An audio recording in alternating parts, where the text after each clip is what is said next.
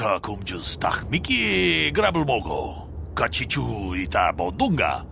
Dolbabank wale oganda naru chuchut. Mogisha ponka bol.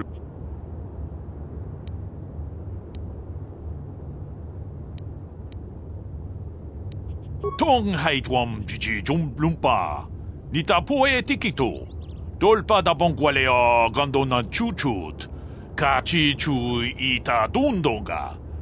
Yumalita kuto dun. Chilamulane nindubobo. Wonga kumbisjang ba mulira. Kachikun ita hodonga. Ikinkuno ba mulira chiku.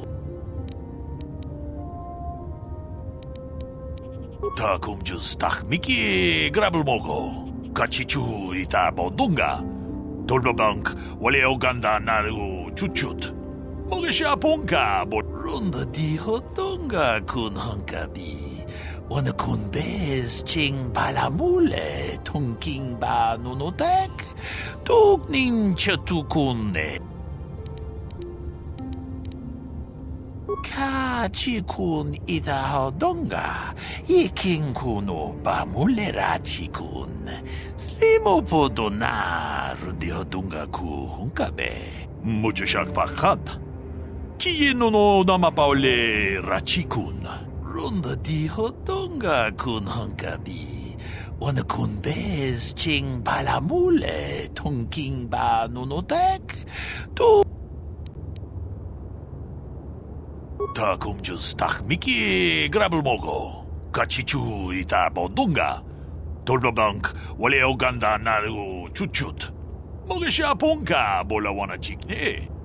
Bamule slimo podadada nanga kumbist mule rabes. Tong haitwam jiji jumblumpa. Nita poe tikito. Dolpa da bongwaleo gandona Kachikun ita hodonga. Ikinkuno ba mulera chikun. Slimo podona rundi hodonga ku hunkabe.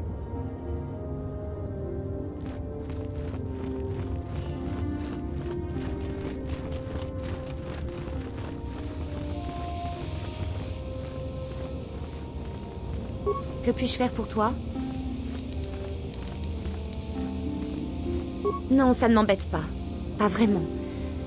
J'ai réfléchi à ce que le Conseil des Jedi a dit sur nous. Il existe un lien entre nous, je ne peux pas le nier. Je le ressens, tout comme toi, je le sais.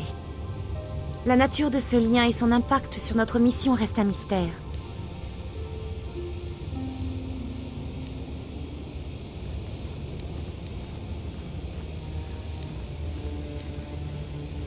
S'il te plaît, je suis une Jedi.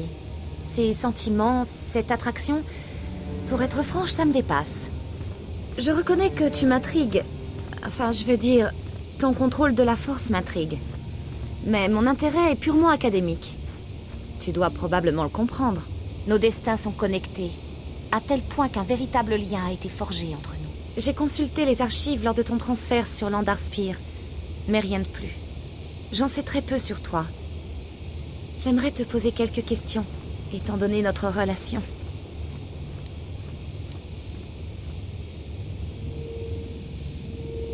Je faisais référence au lien qui nous unit. Celui dont a parlé le Conseil des Jedi. Si tu m'intéressais vraiment, je peux t'assurer que je te le ferai clairement comprendre.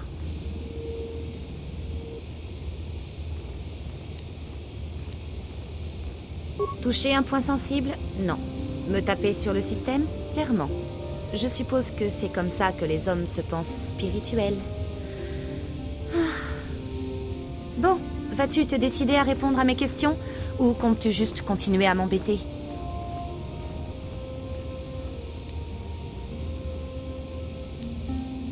Ne t'inquiète pas, ce sont des questions simples. Rien de très personnel. D'abord, quelles sont tes origines?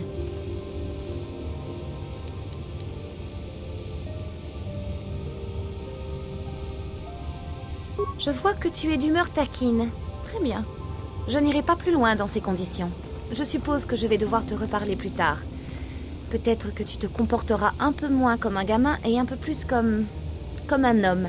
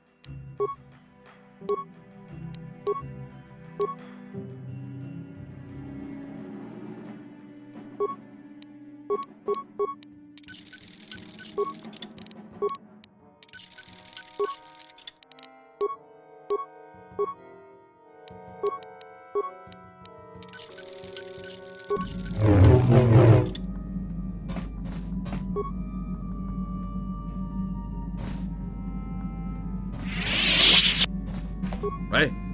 Qu'est-ce que vous voulez?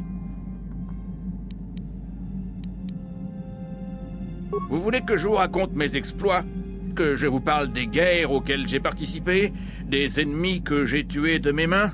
Dans ce cas, d'accord. Mon nom est Canderous. J'appartiens à Ordo, un clan mandalorien. Je me bats dans toute la galaxie depuis 40 de vos années. Mon peuple n'accorde une importance qu'à l'honneur et à la gloire au combat. C'est en nous battant qu'on prouve notre valeur, qu'on bâtit notre réputation et qu'on devient riche.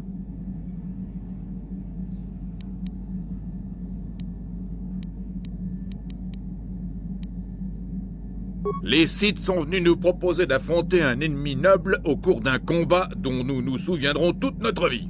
Qu'il soit gagné ou perdu, tant que le combat est loyal, l'honneur est sauf. Et quand on gagne alors qu'on avait toutes les chances de perdre, c'est la gloire.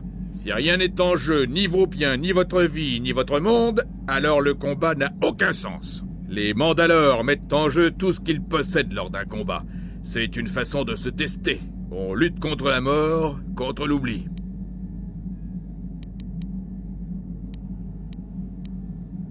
Toute vie finit par s'éteindre. Un vrai guerrier ne peut pas fléchir tant qu'il garde la tête haute. Mais les temps ont changé maintenant. Les clans mandaloriens se sont dispersés sur la bordure extérieure. La République est en déclin et l'Empire Sith prendra bientôt sa place. Les clans ne représentent plus du tout une menace, mais la République nous craint toujours. Ha! Les gens nous imaginent rancuniers ou assoiffés de sang. C'est la différence qui leur fait peur. Le combat est un défi et apporte la gloire. C'est ça qui nous intéresse. On gagne ou on perd. Nous, on a perdu. Mais je n'ai plus vraiment de défi à relever pour l'instant. Écraser les ennemis de Davik et les gangs pathétiques qui hantent la ville basse de Taris n'a rien de glorieux. Quand je pense au combat que j'ai mené, aux milliers de gens que j'ai tués, au monde que j'ai incendié, je regrette amèrement mon passé. Allez, on ne reparlera plus jamais de ça. On a du travail, alors concentrons-nous. Ouais.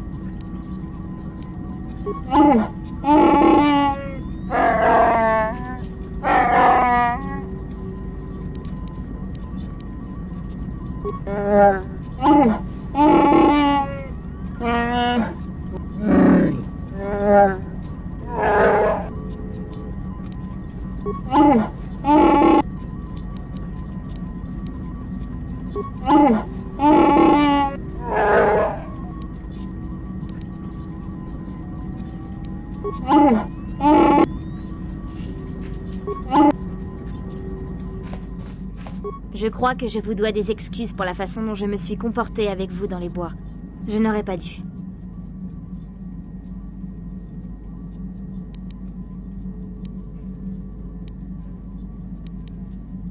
Je suis désolée de vous avoir attaqué. Je pensais que vous vouliez me tuer. J'espère qu'en vous aidant dans votre tâche, je pourrai me racheter. Merci. C'est rassurant de savoir que vous me donnez une seconde chance alors que j'essayais de vous tuer. J'espère simplement y parvenir pendant notre voyage. Comment puis-je vous aider? De quoi voulez-vous me parler? Je vous remercie de votre sollicitude. Mais je suis toujours un peu troublée. Il me fait de m'en vendre pour me détacher de cette haine. C'est pour cette raison que le conseil a accepté de m'envoyer avec vous. Il pense sans doute qu'en votre compagnie, je vais réussir à m'en libérer.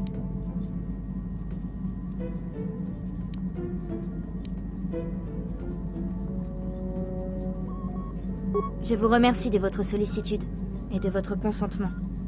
Je ferai tout mon possible pour vous prouver que je suis digne de votre compagnie et de votre confiance.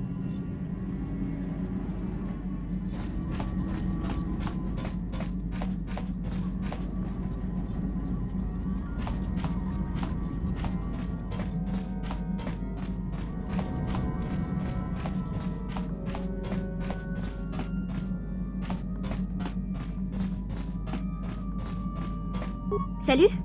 Que puis-je faire pour vous? Ne vous inquiétez pas, je ne compromettrai pas ce que nous faisons en cherchant Griff. Remettons-nous au travail. Puis-je vous aider d'une quelconque manière? Vous voulez vous entraîner, c'est ça? Pas de problème. Je veux bien faire quelques tours. Pour s'entraîner seulement. Je ne tiens pas à miser contre vous.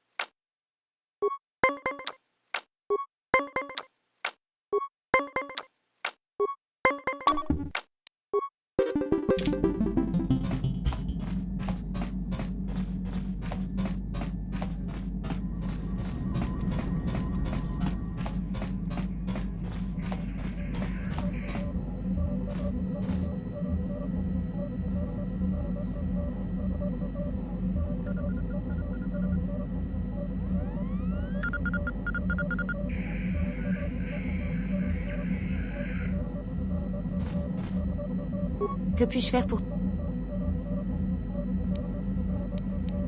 Oui? Comment le sais-tu?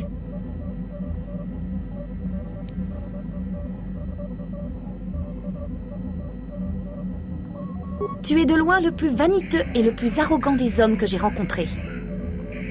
Mais tu ne peux pas être sérieux, car j'ai justement intentionnellement évité de regarder dans ta direction. Je suis une Jedi, tu t'en souviens?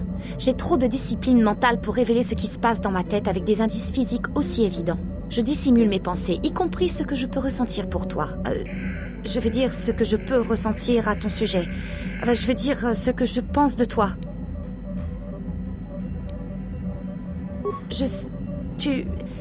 Pourquoi es-tu toujours aussi énervant? Tu sais très bien de quoi je parle. Je parle du lien qui nous unit, celui dont le Conseil des Jedi a parlé. Notre connexion nous permet de percevoir des fragments de l'esprit de l'autre.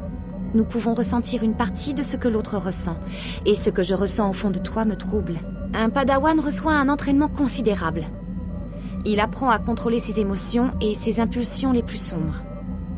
Il faut parfois des années avant qu'il puisse utiliser la force en toute sécurité. Le fait que ton affinité avec la force soit si grande sans que tu aies reçu cet entraînement pourrait avoir des conséquences terribles. Pour toi comme pour tous ceux qui t'entourent.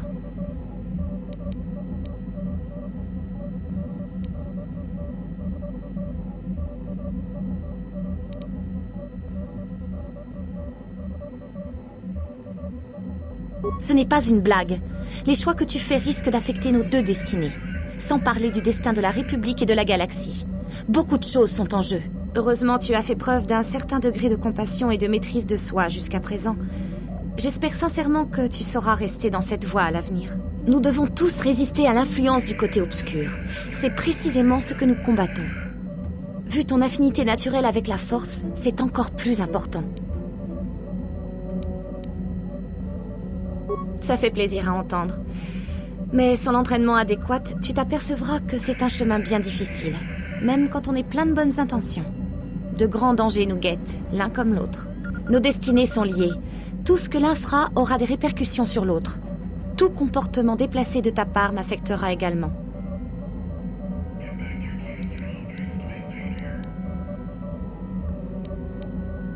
Oui, c'est vrai. Je ferai de mon mieux pour te guider, mais je ne suis pas un maître. Pas encore. Et parfois, je me sens littéralement débordée par ta puissance. Ton pouvoir peut aussi bien être un don qu'une malédiction. Si tu as besoin d'aide ou d'un conseil, je ferai de mon mieux pour t'aider à rester du côté clair.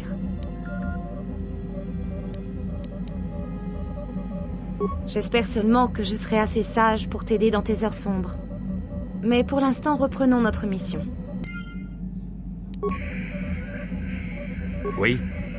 Que se passe-t-il? J'ai dit que je ne voulais plus en parler.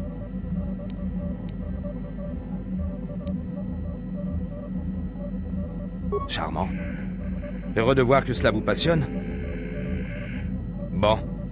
Allons-y une fois pour toutes. J'en serai débarrassé. Quand je pense à tous les hommes qui nous ont trahis, celui qui me fait le plus souffrir est celui que je respectais le plus. Saul.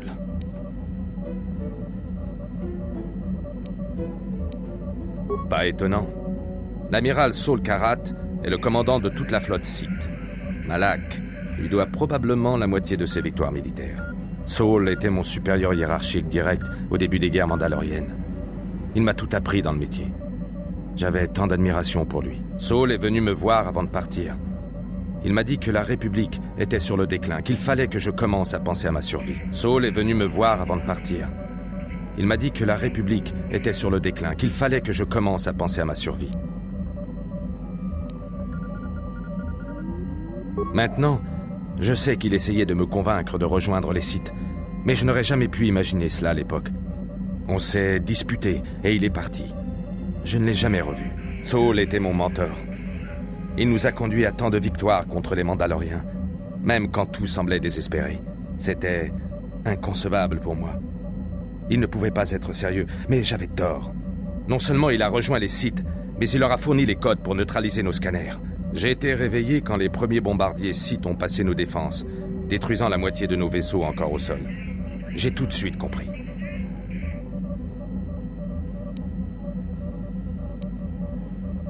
J'en veux à Saul, pas à moi. J'ai été stupide. J'ai ignoré le danger et il nous a quasiment annihilés. Cela fait des années que je combats Saul maintenant. Et si jamais je lui mets la main dessus, il regrettera ce qu'il a fait.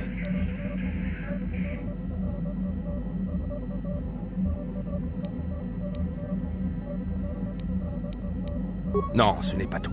Mais je ne veux plus en parler pour le moment. Allons-y.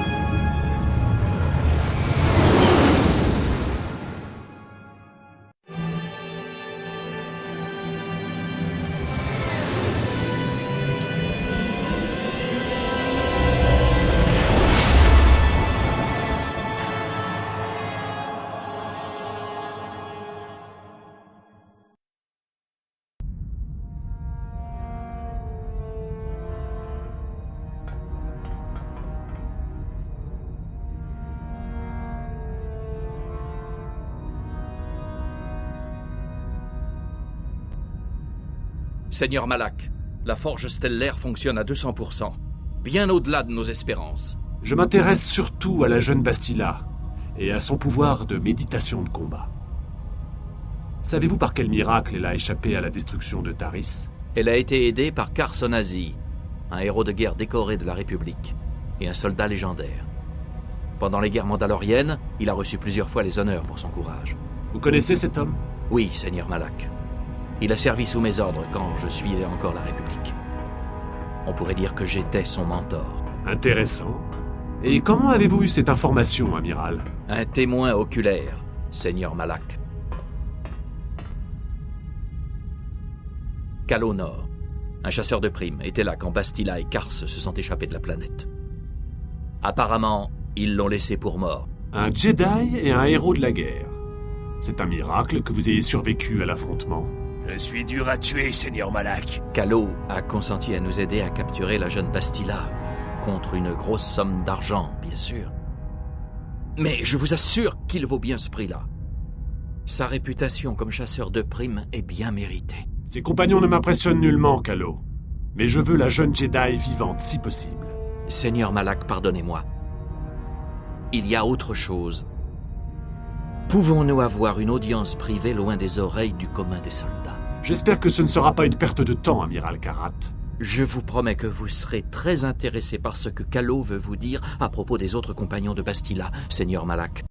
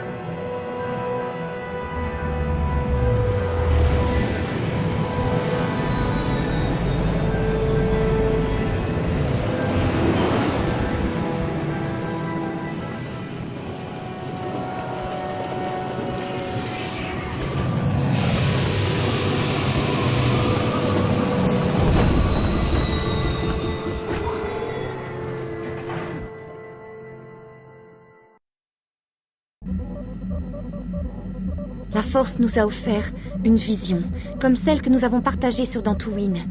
Tu l'as vue? Bien sûr, tu l'as vue. La Force est puissante en nous. Tatooine n'est qu'un vaste désert balayé par les vents. Ça m'étonnerait qu'on trouve une carte stellaire au milieu de ce tas de sable.